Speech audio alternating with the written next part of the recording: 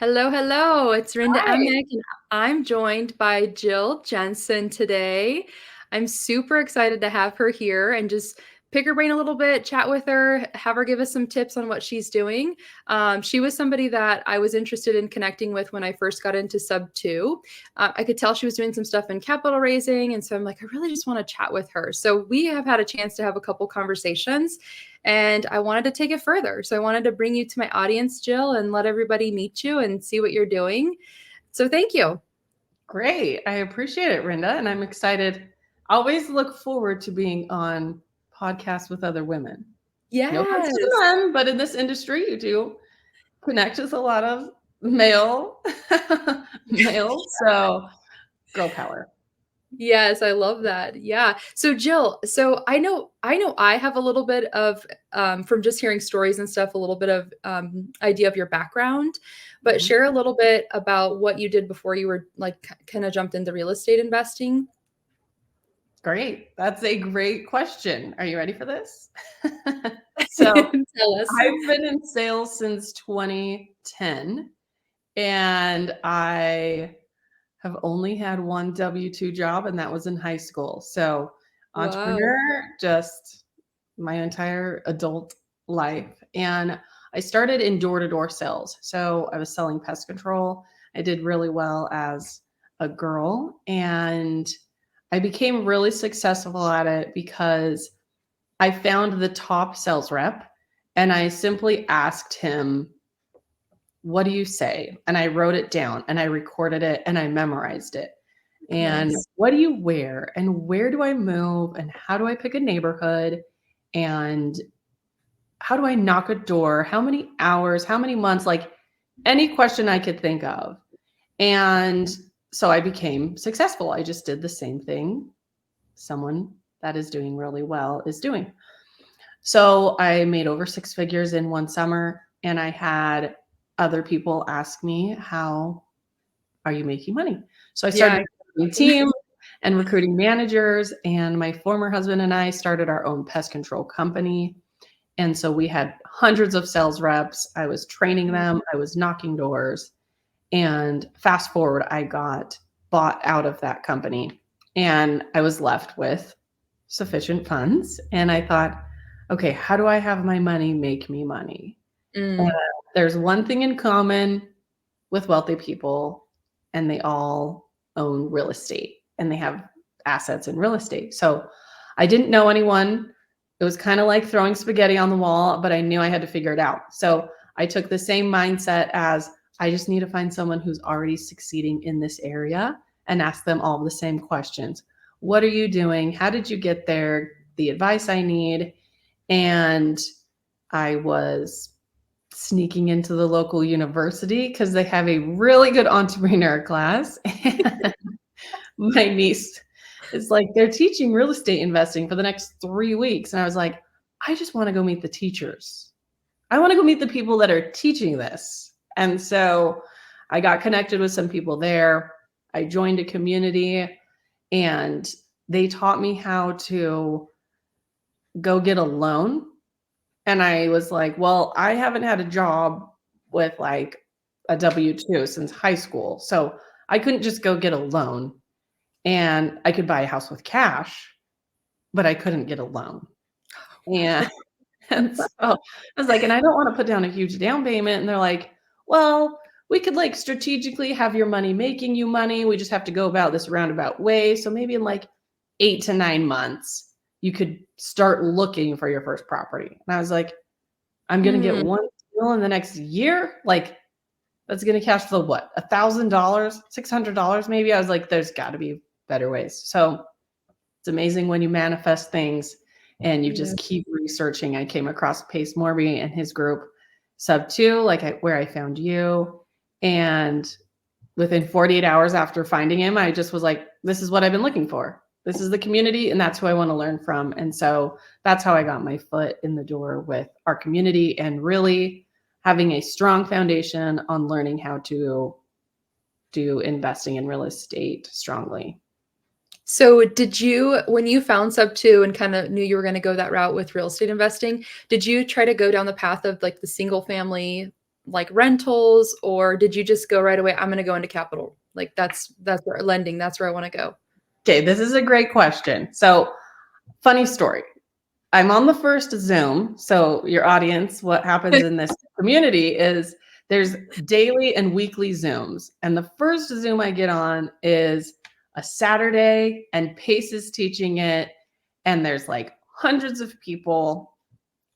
And it was on wraps.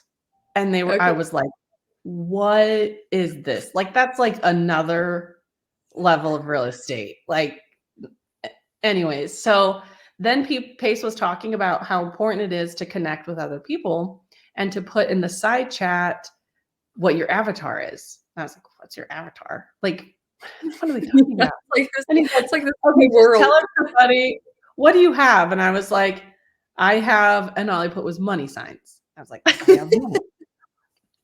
And so then Pace read it and he's like, see, look, Jill has money. Who's Jill? And so then he's like asking me questions, and I saw him on YouTube like 2 days ago. And so he's like, why aren't we doing deals together? And I'm like, I joined yesterday. And so I find myself a week later on a one-on-one call with him. And we did this Zoom all on private money lending. And because remember, I got bought out of that company. And so I had sufficient funds, and I'm like, I got to put this money to work. Mm-hmm. Well, everybody in the community is trying to acquire properties and call sellers. And I have this history of door-to-door sales. And so I was like, I'm going to go knock pre-foreclosures. And I learned really quickly that I did not want to do that. I was like, there has got to be better ways to make money. I'm a single mom, and calling people all day is not what I want to do. That when it comes to single family homes. And so then I was like, okay, maybe wholesaling. I know what it looks like to have a call center. I could get some VAs. Once again, no, I'm going to burn the boats. No, we're not doing that either.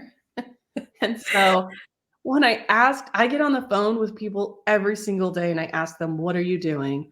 And what do you want? Like, what's your ultimate goal? And everybody had the same bottom line goal. And that was to have their money making them money. I want to have enough passive income. Mm-hmm. And I was like, okay, I just need to get my money making me money. And once again, instead of learning from a poor person that needs my money, I'm going to go find someone successful who was already lending their own money and partner with them. And so that's how I got my foot in the door with private money lending, was partnering with people who are years ahead of me.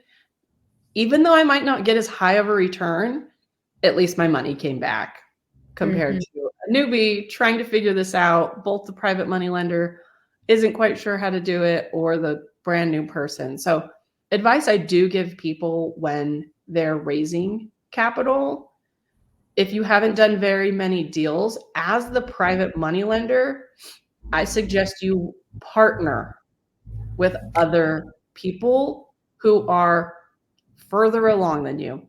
Put in your time. Doctors don't do surgeries on their own for a lot of years. Don't go do a deal on your own for a long time unless you really have someone who's mentored you or doing it with you, is my suggestion. So now, from having my money make me money, as a private money lender, you get hit with taxes. And so I realized, okay, I need to hold assets. Once again, how do I do that? So I found someone in the mobile home park space, and I was what we call a private money partner. And I lent money on the deal. I got interest, but I also am getting equity in the property. So even though I got my loan back, I'm still going to be cash flowing every single month off of a deal that I had lent money on. And so I also get depreciation. That's kind of when it clicked of, okay, I can be a lender, but I can also get tax depreciation. And I fell in love with the mobile home park space. Well, fast forward to today, I came in contact with my business partner. His name is Walter Jensen, and he owns what's called Sonos Capital. And he and his team purchased large mobile home parks, and that's their only avenue. And so they offered me a position as the chief investment officer, and my responsibility is to strictly raise capital for our deals. Nice. And that's so mobile home park. So tell us a little bit about the mobile home park space, because it's actually super fascinating. Like, I've been looking for multifamily, but I see all these. I had some smaller mobile home parks like come across some lists that I had. I'm like, this could actually be a really good deal. So tell me a little bit about that. Okay, the thing about mobile home parks is they can be tricky to comp because you don't have a lot of comps in the area. It's not like an apartment complex on every corner. You can, and it comes down to creating the deal. And so it's like, what is surrounding the park and what are the rents in the area? So when we look at a park, we are okay taking the approach as a fix and flip. I'm going to use the park that I'm raising capital for right now, and I close on it next week. I will have the funds raised by the end of the week, and I'm raising $2 million, and we're purchasing it for $2 million. We're also getting it creatively, and so we're getting it on seller finance. It was off market, so we're getting it. It's we're getting it at a really low cost. So it's 60% occupied and 40% unoccupied. And our business model is to bring in homes, and we're going to sell all of them. We want to just be collecting rent on the spots where the homes are placed. So currently in place, the gentleman is charging $390 a space. And that is just the rent. They own their own homes. And the market rate is $550. Nice. And when it comes to mobile home parks, I like to use the example of a single family home. And if you purchase a home at $300,000 and a comp is $500,000, that's a really good deal. Where the spread between a mobile home park is the rent. So purchasing a park and they're only charging $300 in rent, where the market is $500, that's a really good gap because I can raise the rents, which increases the value of the park. So there's more equity in me being able to sell it. And this is going to sound too good to be true, but the first park I purchased, 85-year-old man, he hadn't raised the rents in 50 years. Wow. Oh, He was charging $60. And the market rate was around 300. And wow. so the value that we could bring by just simply getting the rent, you could leave the park exactly the way it is and just slowly increase the rent to, the comps. There's going to be a large spread if you want to turn around and sell it. So the park, we raised the rents in the first 30 days to $150, and then we raised the rents at 6 months to $250, and now we're in the process of refinancing. What that means is I invested $106,000. I am getting my entire $106,000 plus the interest that I got on lending, and then I'm a 10% equity partner. This 40-unit mobile home park cashes $10,000 a month. And so I'll be getting around $1,000 check each month indefinitely. So let's say we hold the park for 10 years. That's $120,000. Let's say we sell it in 10 years for $2 million. That's another $200,000. So $335,000 total that I will profit over a 10-year span. by simply letting $106,000 sit in another account for 12 months. And that's when it clicked on being like, okay, this is how you're generating wealth and having your money, making you money. I have a lot of people say they want to be passive investors, yet they only want to put their money in a deal for 6 to 9 months. That's called being an active investor, because every 6 to 9 months you're vetting a new deal, your money's back in your pocket, you're trying to figure out, how do I have my money make me money?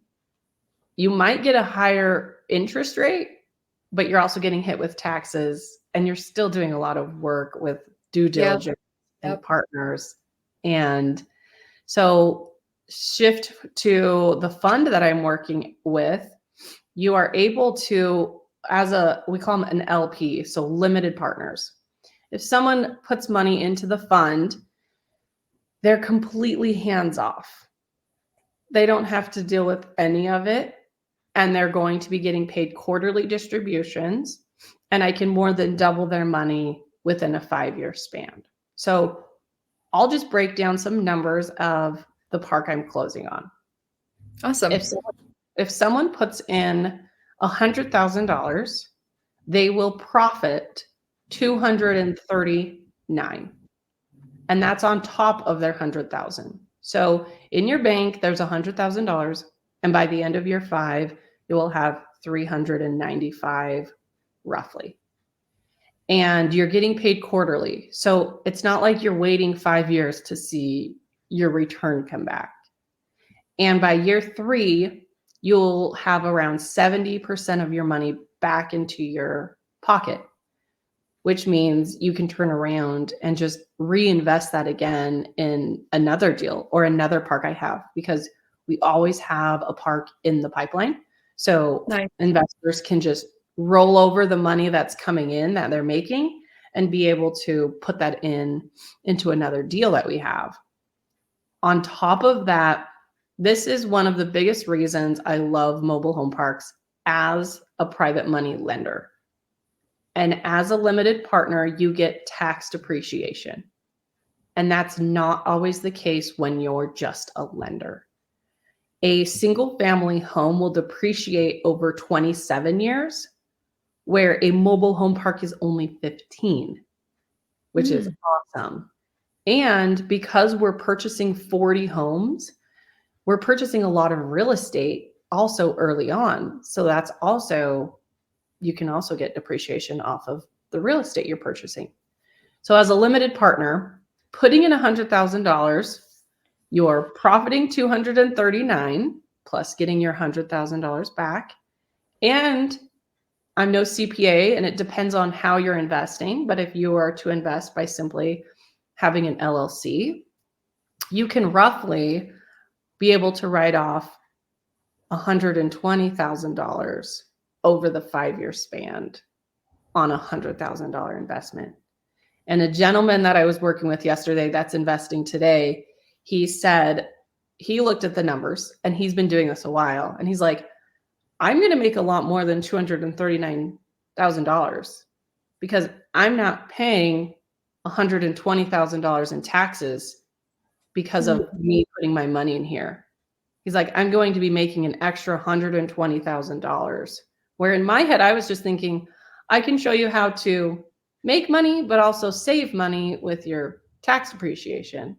And he's like, I consider that income because I'm not paying taxes on it, and that's money that I can actually leverage. And so I was like, that's an even better approach of how to think about it. And so with mobile home parks and our approach, it is low maintenance, low turnover, high cash flow. There's a high demand for affordable housing, which means high returns for my investors.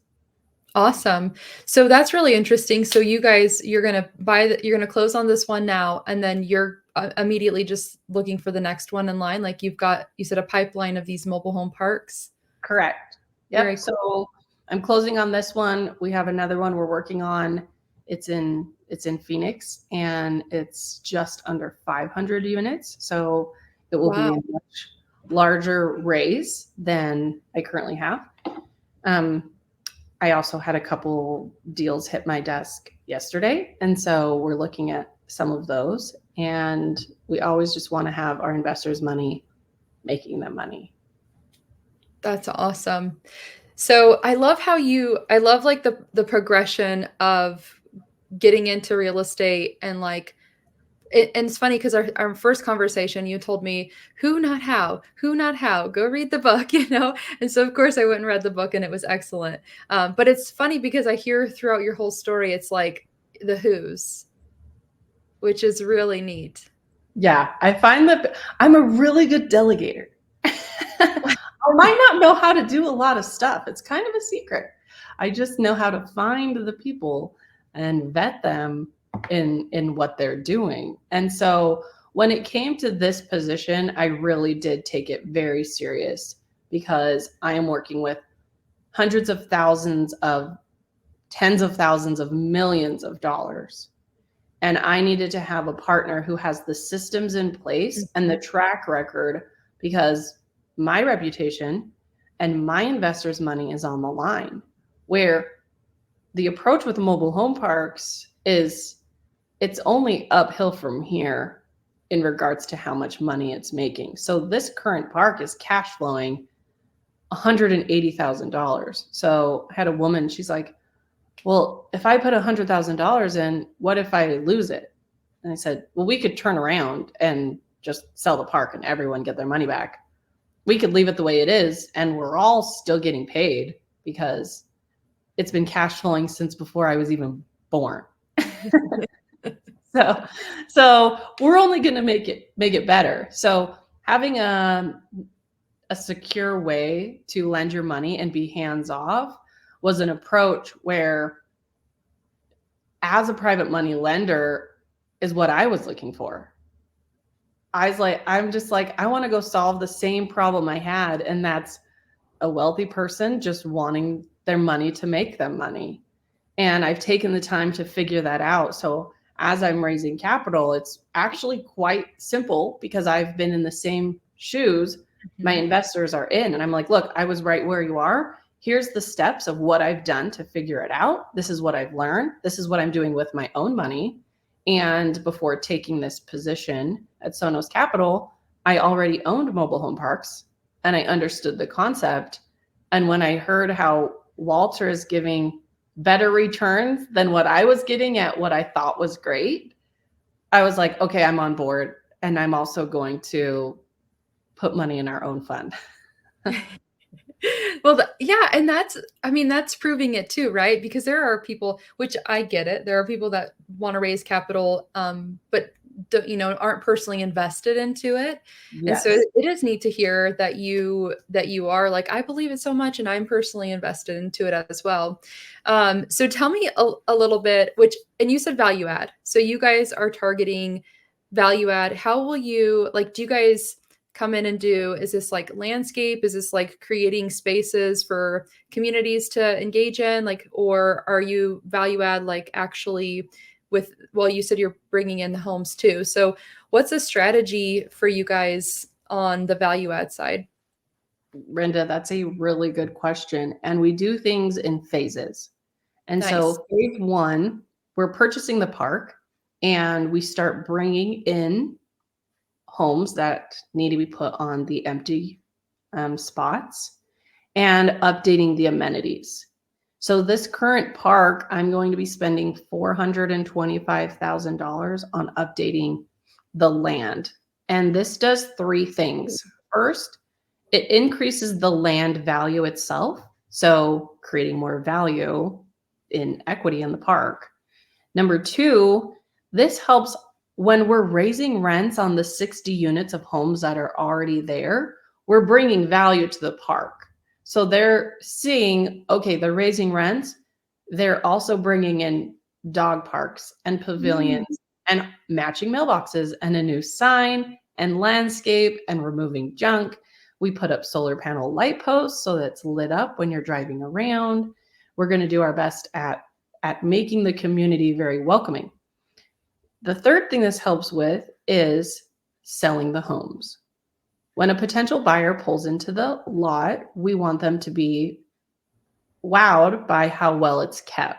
And that's just going to be able to sell the homes as quickly as possible. And that is our goal, is truly helping the affordable housing crisis. Mhm. We're able to buy these homes at a discounted price and we sell them at cost. We're not actually trying to make money off of the homes that we put in there. And this is for two reasons. We really do want to help the community on affordable housing, and that's one way we can give back. And second, our approach is to just be collecting rent on the spot that they have their house sitting on. And so the faster we can sell the home, the faster we can start collecting rent on that spot. That's such a great plan and so interesting. And so again, I'm kind of trekking down the multifamily path. So at this size of a mobile home park, do you have on-site management with this size? That's a great question as well. So you don't need as much management as you would, let's say, an apartment complex. We do have someone on site, and it's usually someone that lives there.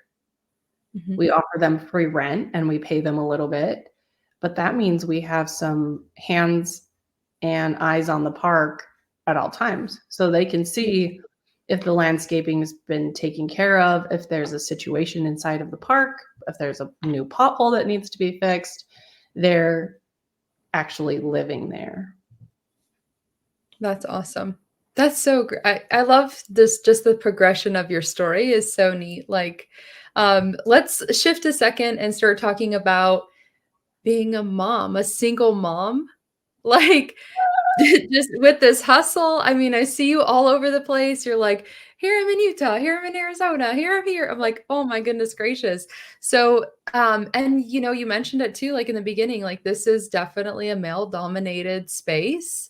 So, let's talk a little bit about it. Like, what is it like? Single Let's mom. do it. So Yeah. first, let's talk about the male dominant space. If you remember, I came from door-to-door sales, and that's Yeah. also a male dominant space. So I don't know if it was an advantage, but I was kind of used to working with men. And so stepping into real estate, it was kind of like, I don't know, Yeah. second nature. I was fine. And as a single mom, it definitely has its challenges, and it's also really rewarding showing my girls like, hey, I'm working really hard for us and our family. And we're in a society that's a little unfortunate because single moms aren't we weren't created to be this way, and you need support from other people. So I am very blessed to live by family who can step in and help me. And there's no such thing as balance. You can't have balance. It's Amen. called prioritizing. And this goes for any mom, not even single moms, and picking and choosing what's important and when. And a really funny story, my daughter asked, "Mom, do you work?" This was last summer. I was like, "Yes, I work." She's like, "What do you do?" And the reason she asked is because I'm able to work from home. So I'm home all the time. Where she has friends and their moms go out of the home to work or they're gone from 9 to 5. And so she's just like, "What do you do?" And I was also trying to work when they were in school so I could be home and present when they're around. Mhm. After she told me that, I realized I was doing a disservice by not showing them that I Ah, actually am working. mm. And so I did two things. First, I said, "I'm an investor." And she's like, "That's what my dad said." And her dad and I are divorced. And I was like, "Oh, great. My child's going to grow up thinking her parents get to stay home all day and everything's paid for." And so I was like, "We're going to Walmart. Here's $25. You're going to do the lemonade stand thing. And at the end of the day, you owe me $30. $25 is to get your business started, and $5 is what we call interest. And you need to pay me $5 in interest for me being willing to lend you some money. And she said, what if I don't make $30? And I said, you have two options. One, you go to your savings account and you pay me whatever you need to. And number two is you have a second lemonade stand the following day, but you have to pay me a $5 late fee. So you'll owe me $35. And so she's like, okay. And I said, but here's the thing is you get to own your own business once you pay me the $30 back, and you can have as many lemonade stands as you want. And so she thought, okay, let's do it. By the end of the day, she made $46,000. I mean, not 46,000, $46. And she's like, okay, I came out on top and now understood the concept of like, someone hands you money, you have to pay them more than they lent you. And the funny thing about this story is I posted about it in our real estate sub 2 group. And I said, don't forget to invest in your kids, but also I invest in other people's deals. So send me your deals. Fast forward, a woman, Deb, reached out to me and said, I'm looking at doing this mobile home park. And I said, let's take a look at it. And that's how I acquired my first park. Wow. And what a great lesson for your daughter. That's Yes. so amazing. So you're like, okay, I'm doing them a disservice. And then you go and you teach her this lesson and then do you show them so how do you start showing them that you work? Oh, You that's the second part. yeah. I have taken calls in the evenings and set up times where they need to. Example, last night I just hired 3 people last week, and I needed to do a training when they were all available. And I thought, you know what? I'm going to do it in the afternoon when I know that they're all available. And my daughters went to my parents' house, and they always like an after school snack. And so I put a snack inside a brown bag and I stapled it. And I'm like, you can't open it until you get there. And so I tried to make it like, you get to go do something and you get to have your snack at Nana's, and here's your homework. I need to do a call. And so they see, okay, we both have to sacrifice time. And the second thing on top of that is I set up a station. I have a really big master bedroom. And so I set up a spot with a desk. And so if there's times where I need to have someone watch them, I'm still able to be in the home and not go to an office and just work in my room. And then they see a physical space. They're like, "Oh, there's where mom works." Yeah. And I also, for Christmas, I did buy them both Chromebooks. So we get to sit at the dinner table sometimes and we all work on our computers at the same time. This is so fun. I love that. I feel like, I mean, we've done lemonade stands, but now I'm like, shoot, what a missed opportunity to teach, the borrowing and the lending aspect of it, because it's like I just took them. I'm like, okay, here, now you've profited, and I'm like, shoot, I missed the boat on that one. That's so Yeah. And great. we took it to another level where I'm like, okay, we got to pick a road. We're not doing this in front of our house. Like, where do we go? So we went to, it's across the street from an elementary school and in a church parking lot. So it was easy for people to come in and out. It was on the main street. We got balloons. And I was like, look, you guys have to walk down the street and start advertising before they get to the stand. And then I was like, what should we upsell? We got to upsell. Okay, a small bag of chips. We got to have, guess what? People don't carry cash. You got to have mom's Venmo QR thing. Like, trying to teach anything and everything we could think of. Yeah. And here's the funny thing. We were doing this lemonade stand and a cop drove by and I'm like, well, first I was like, you guys give me your poster and let me show you. You got to kind of like step in the road. You got to like show people that you're excited out here. And a cop drove by and I put my hands up and I was like, I can't believe this cop just drove by and didn't even buy lemonade from us. And 5 minutes later, the police station is literally half a block from where we were. He got the fire engine. He got the ambulance. He had the cop car. Like, we had a whole row. Oh my gosh. I was like, do you see the power of getting in someone's face? So many good lessons. So Yeah. many good lessons. That's So, and awesome. like now I'm in a position with our mobile home parks where we really try to build relationships with owners of these companies or of these parks. And so we send out mailers to the owners of the parks directly. My partner is able to get access to their addresses and their phone numbers. So we send them a mailer. We're also very strategic on the type of mailer we send them because Nice. the goal is to get them to open it. Like if it's Yeah. not mail, that's a bill. Sometimes it goes in the garbage without even getting opened. How many times have you not opened a letter? Oh my gosh, all the time. You rip it in half and you throw it in the garbage. No. Yeah. And so we do a color envelope. We do random stamps in the top corner. We handwrite these Nice. on the envelope, and then we have the type thing on the inside. Well, we have people handwrite them, but now we're going to pay my daughter to fold and put the thing inside the envelope, and my other daughter to Nice. close it. So guess what? They're joining the family business by stuffing envelopes.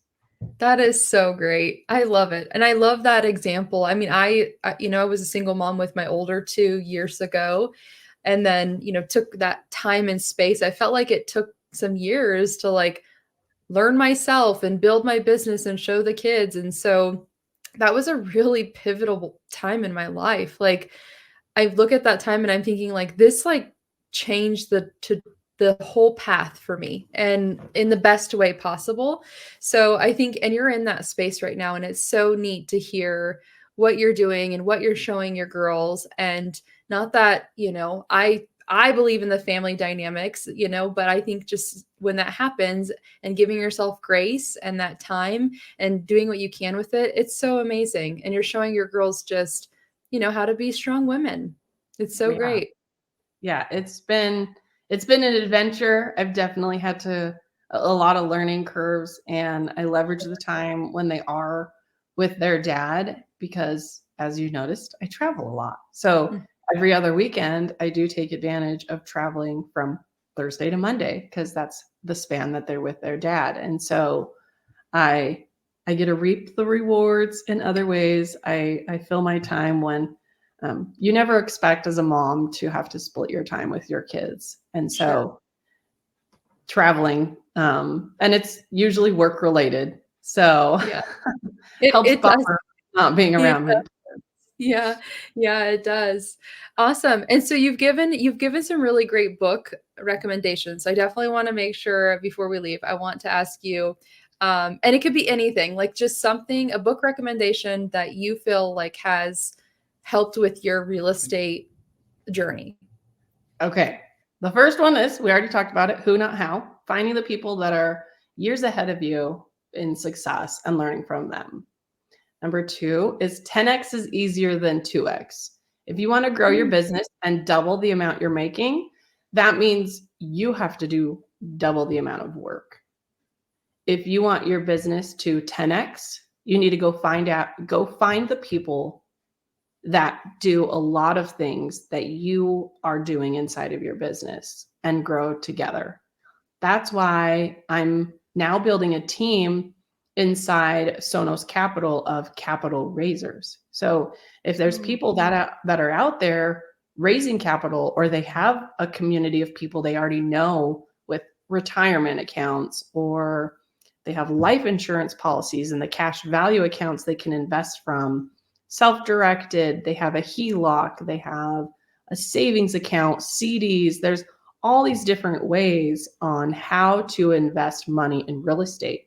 And that is my job, is to help people outside of real estate investing to be able to tap into this passive investment tool to, increase their income.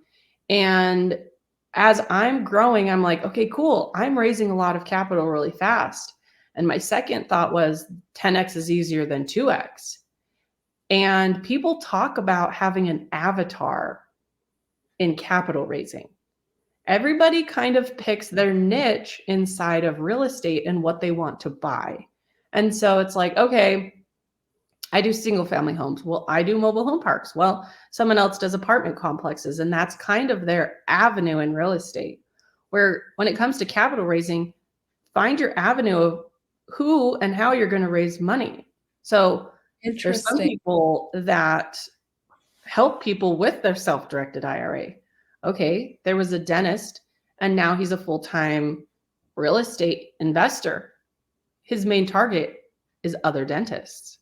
Mm. And so who are you connecting with and what avatar are you in? So my position, I am actually, instead of just raising capital, I'm raising capital raisers that all kind of have their own avatar and avenue.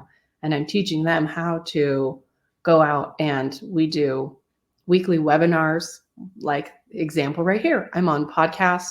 We use our LinkedIn accounts, and we do investor dinners. We send out mailers. We have a YouTube channel that's getting worked on, and where there's going to be like a reality TV show about mobile home parks. And so we're finding all these different ways to grow our business 10x. I could just go out and build connections, go to these conventions, but that's me just 2xing my business. I have Makes to sense. go out and find. And so I'm taking the same structure I did with pest control. I was really good on the doors. And then I started recruiting teams and then started our own company. And so we had 7 franchises or branches in Wow. 7 different states with hundreds of sales reps. And I'm like, I'm taking the same model as a good capital raiser to now recruit capital raisers who will also go find other people to raise capital and be able to really expand by leveraging other people. And I like to say, I'd rather have a small piece of a big pie than try to manage everything on my own. And the other one is negotiate anything. So if you're a capital raiser or you're trying to have someone else invest with you, it's a book that I recommend on. It kind of talks about holding the frame and overcoming your investor's story. An example would be Bob. And he has invested 10 times.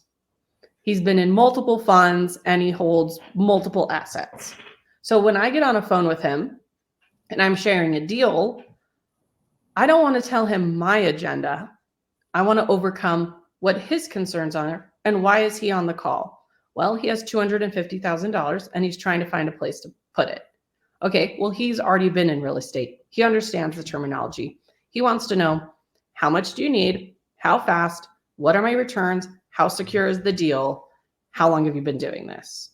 Where I have a friend, she's like, oh, I heard you on social media talk about retirement accounts. Me and my mom have a retirement account.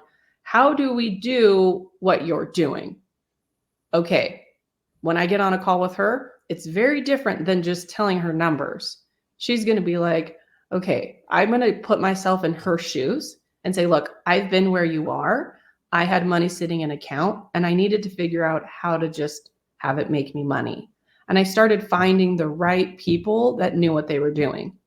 I'm planting the seed in her mind that I'm that right person that knows what they're doing.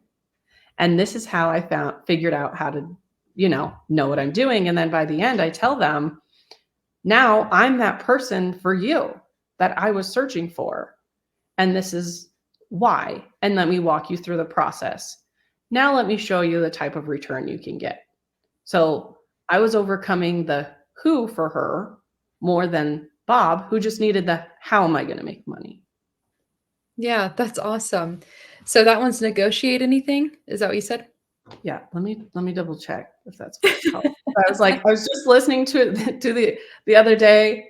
I have a lot of books that I really like. Yeah, No, I read it. it's called Pitch Anything. Oh, pitch anything. Okay. Anything. Yes. Pitch anything. Close. At Okay. least I got it right. People will be like, what is this book she's talking about? So, Yeah, they're like, can't find the book. yeah. Awesome. So who, not how, 10x is easier than 2x, and then pitch anything. Fantastic. Wonderful. Well, thank you, Jill. I feel like this is just a short little snippet of all the things that we could talk about, but I'm just so thankful that you joined me today. Man, I love this progression for you, and I'm excited to watch. I want to see when you close on this one and how this continues to grow for you. This is so neat. So, thank you so much for your time. How do people get a hold of you? I can send you the links to my platforms that they can click on. And I'll even throw out my phone number. It's 385-424-5230. So shoot me a text and we can connect. Great. Thank you so much, Jill. This was Yep. awesome. Thank you. Bye.